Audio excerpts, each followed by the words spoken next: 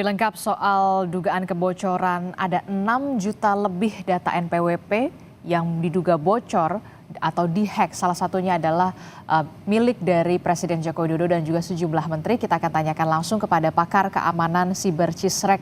Sudah ada Pratama Persada. Selamat pagi, Assalamualaikum Mas Tama. Selamat pagi Mbak Adisti, Waalaikumsalam Ya, warahmatullahi Mas wabarakatuh. Tama, ini kan bukan kali pertama ya data bocor. Kemarin sempat ada juga Menkominfo dan segala macam begitu. Banyak sekali lembaga-lembaga pemerintah kita yang datanya bocor, dihack. Serentan itukah dan semudah itukah pertahanan kita ini bisa diretas? Apakah ini sudah benar-benar bocor atau masih dugaan? Begini Mbak Adisti, memang kalau kita lihat ya, kasus kebocoran data peretasan yang terjadi terutama di institusi pemerintah, itu nggak berhenti-berhenti sampai sekarang. Kemarin terakhir kita melihat bagaimana pusat data nasional kita habis-habisan dihajar oleh peretas, kemudian dikirim ransom sehingga semua datanya rusak gitu. Yang sampai saat ini kita juga masih belum tahu bagaimana kabarnya. Mhm. Nah, kemarin dibilang bahwa peretasan PDNS itu dibilang ini adalah pelajaran yang sangat berharga gitu. Tapi kalau melihat seperti ini kok kayaknya nggak ada belajar-belajarnya begitu. Tadi Mbak Aristi bilang bahwa memang terjadi berbagai macam peretasan yang ada di negara kita itu gitu dan pemerintah menjadi salah satu yang cukup lemah begitu. Mhm. Kita lihat beberapa waktu yang lalu sampai hari ini juga masih ada gitu bagaimana situs-situs pemerintah disusupi oleh judi online. Mhm. Ada ribuan situs pemerintah disusupi oleh judi online begitu. Nah, itu kan sebenarnya kita diejek nih sama bandar-bandar judi, agen-agen judi itu bahwa pemerintah Indonesia, Anda itu gampang sekali loh sistem yang diretas kan seperti itu gitu dan itu Betul. tidak menjadi pelajaran. Nah, kemudian ketika terjadi insiden cyber seperti ini, terjadi peretasan, semua orang bilang bahwa ini adalah dugaan peretasan begitu. Ini adalah dugaan kebocoran datanya, dugaan dari Dirjen Pajak gitu. Saya sudah melihat gitu sampel data yang diberikan oleh hacker ini gitu dan saya sudah melakukan apa verifikasi di situsnya Dirjen Pajak gitu tentang NPWP yang ada gitu. Ada 10.015 sampel data yang diberikan. Mhm. Eh, Orang sudah tahu di situ ada Pak Presiden Joko Widodo, ada Gibran, Kaisang, Budi Aristiadi, Sri Mulyani dan lain-lain begitu. Mhm. Nah, setelah kita cek gitu untuk pejabat-pejabat negara, contohnya Pak Jokowi, ternyata NPWP-nya sudah dinonaktifkan.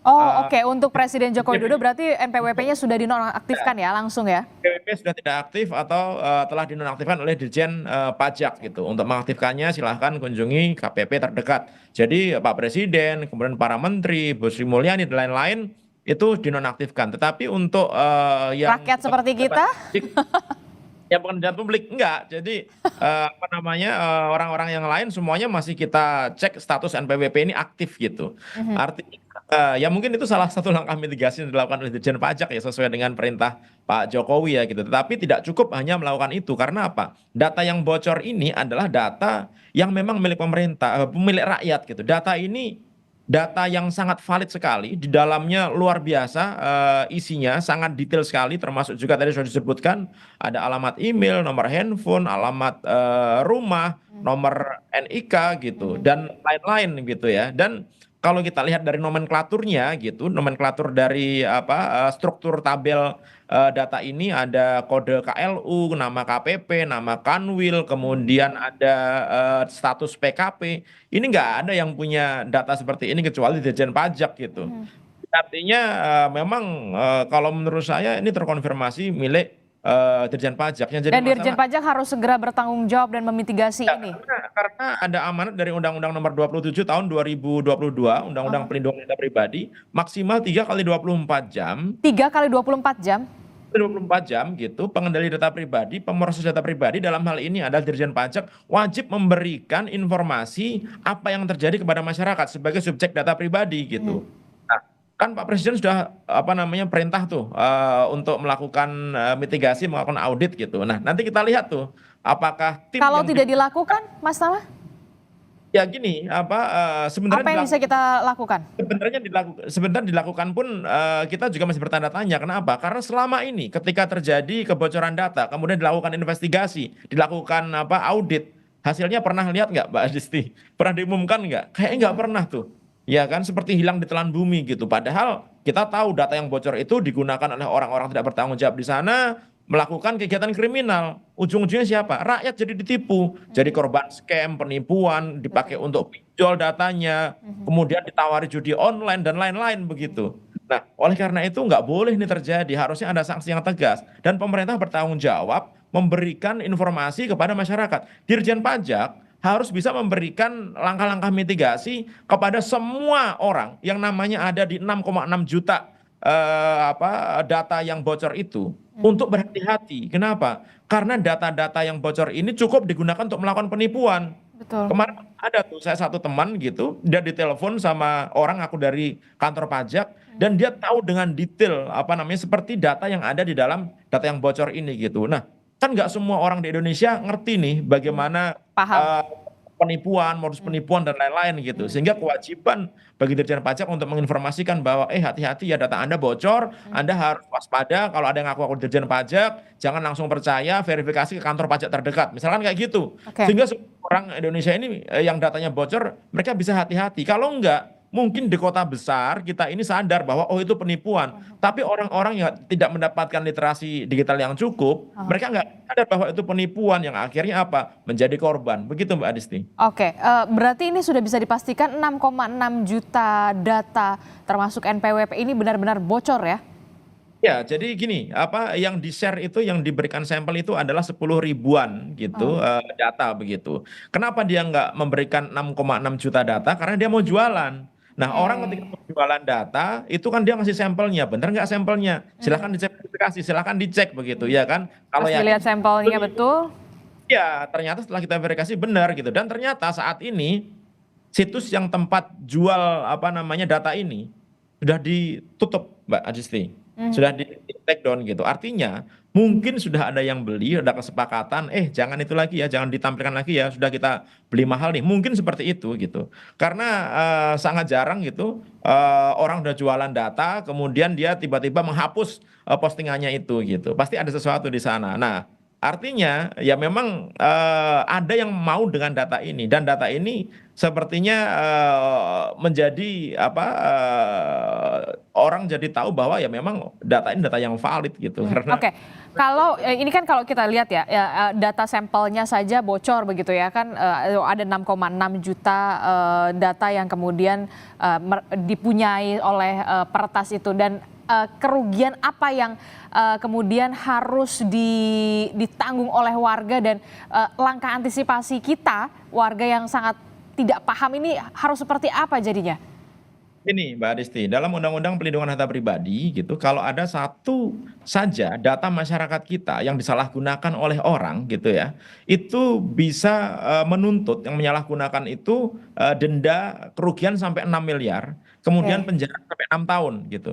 Jadi artinya apa? Valuasi data masyarakat ini sangat besar sekali, nggak boleh sembarangan gitu. Bayangkan kalau 6,6 juta data tersebut gitu, kemudian punya masyarakat menuntut gitu. Untung saja Undang-Undang Pelindungan Data Pribadi ini tajamnya hanya kepada private sector gitu. Untuk government masih belum terlalu tajam sehingga sanksi-sanksi yang dikenakan itu sampai sekarang juga masih belum terlalu jelas, hanya diberikan sanksi administratif, tapi sanksi administratifnya apa masih belum tahu. Nah, ini nanti akan diatur dalam turunan dari Undang-Undang PDP ini, yaitu peraturan pemerintah tentang pelindungan data pribadi. Tapi semua nggak akan bisa diproses kalau lembaganya belum dibentuk. Nah, ini menarik nih Mbak Adisti, kenapa? Karena menurut Undang-Undang Perlindungan Data Pribadi ini yang diundangkan tanggal 17 Oktober 2022, amanat di pasal 274 itu bilang bahwa maksimal hanya 2 tahun ini, paling lama 2 tahun undang-undang ini harus dilaksanakan gitu. Nah,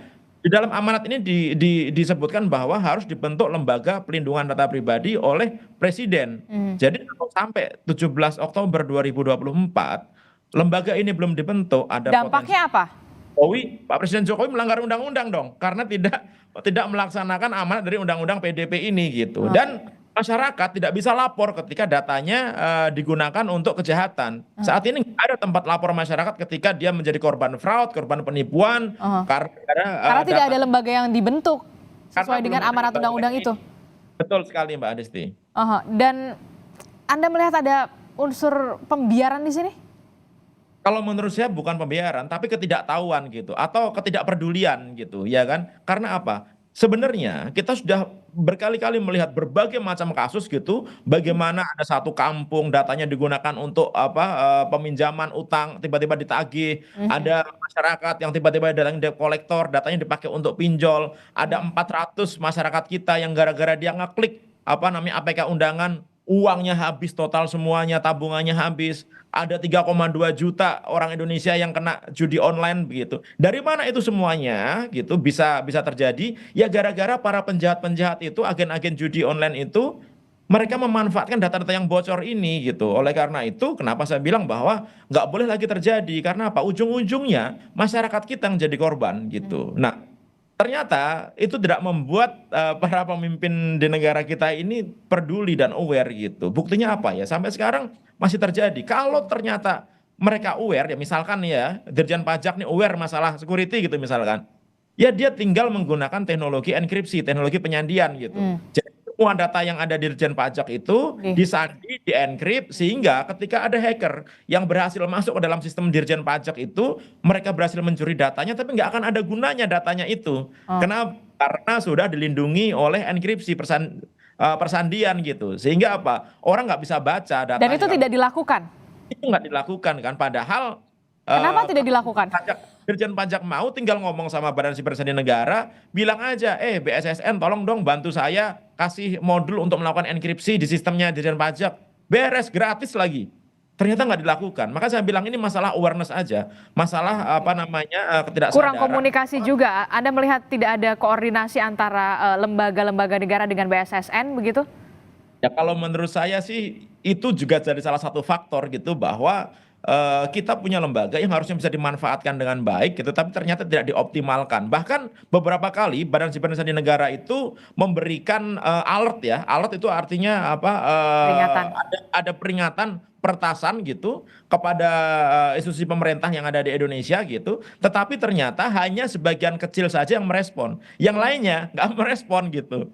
Padahal itu ada potensi terjadi peretasan gitu. Artinya apa? Ya memang nggak peduli gitu bahwa sistem keamanan itu perlu diamankan gitu. Mhm. Bahayanya adalah kita tahu saat ini orang-orang di luar sana itu begitu pandainya, begitu hebatnya hacker-hacker itu sehingga kalau kita tidak siap, bahaya kalau misalkan kita ini diserang habis-habisan. Kita Oke, sekarang belum. kenapa yang jadi pertanyaan saya adalah begini, mungkinkah lembaga negara ini yang tidak peduli dalam tanda kutip tadi Anda katakan untuk melindungi datanya karena memang sanksinya ini memang tidak jelas, belum jelas sekarang lembaganya saja belum dibentuk, kesulitannya apa? Juga pertanyaan yang sama dengan Mbak Aristi. Susahnya apa Pak Presiden membentuk lembaga yang fungsinya adalah untuk melindungi masyarakat kita. Membentuk lembaga yang nanti tujuannya membuat semua sistem IT yang ada di Indonesia ini menjadi kuat. Susahnya apa berpikir bahwa pengamanan itu akan membuat masyarakat kita ini enak untuk beraktivitas ekonomi dan lain-lain gitu. Saya juga berpikirnya ke situ sama gitu. Apalagi kemarin sudah disahkan tuh bahwa kita menggunakan punya GovTech gitu, bahwa semua sistem pemerintahan Indonesia berbasis elektronik gitu. Bahkan ada Perpresnya, Perpres sistem pemerintahan berbasis elektronik gitu. Tetapi tidak dibarengin dengan bagaimana penguatan sistem keamanannya. Nah, itu yang cukup menjadi tanda tanya juga gitu. Kenapa ini kok alasannya apa nih? Kok kayaknya kita ini seolah-olah pengennya lemah gitu. Kok kita nggak mau kuat gitu? Ada loh historinya gitu, negara yang hancur berantakan gitu gara-gara diserang serangan cyber gitu. Banknya hancur, kemudian sistem pemerintahannya hancur dan lain-lain begitu. Yang akhirnya dia butuh waktu bertahun-tahun untuk melakukan recovery. Ya jangan mau kita sama seperti itu Oke, gitu ya. oke. Jadi saat ini Dirjen Pajak bisa punya waktu 3 kali 24 jam. Hanya punya Ya. 3 kali 24 jam. Oh ya, tadi tambahan satu lagi gitu. Oke. Selain juga masalah awareness, mungkin juga perlu dipikirkan bagaimana menempatkan orang-orang yang memang memiliki kapabilitas, Kompetensi. kemampuan, gitu, kompetensi bahwa memang sekarang ini eranya digital gitu. Mereka harus sadar bahwa ketika kita memang go digital, kita harus berpikir banyak ancaman di sana gitu. Nah, penempatan orang yang tepat di tempat yang tepat itu menurut saya menjadi krusial juga gitu. Karena menempatkan orang tanpa kemampuan teknis sama sekali ke lembaga teknis itu akan menjadi masalah gitu. Mhm, mhm, Ini mhm. Pak Prabowo semoga juga bisa melihat menempatkan orang-orang yang orang-orang yang itu bukan benar-benar profesional dan juga kompeten ya. supaya di media sosial dan lain-lain semua pasti komplain gitu. Ini kok gimana pejabat ini kok nggak ngerti apa-apa gitu dan lain-lain. Jangan sampai jadi petaka dan juga bully ya malah ya. Baik, terima kasih dari Cisrek Pak Mas Tama telah bergabung bersama kami. Selamat pagi, sehat selalu Mas.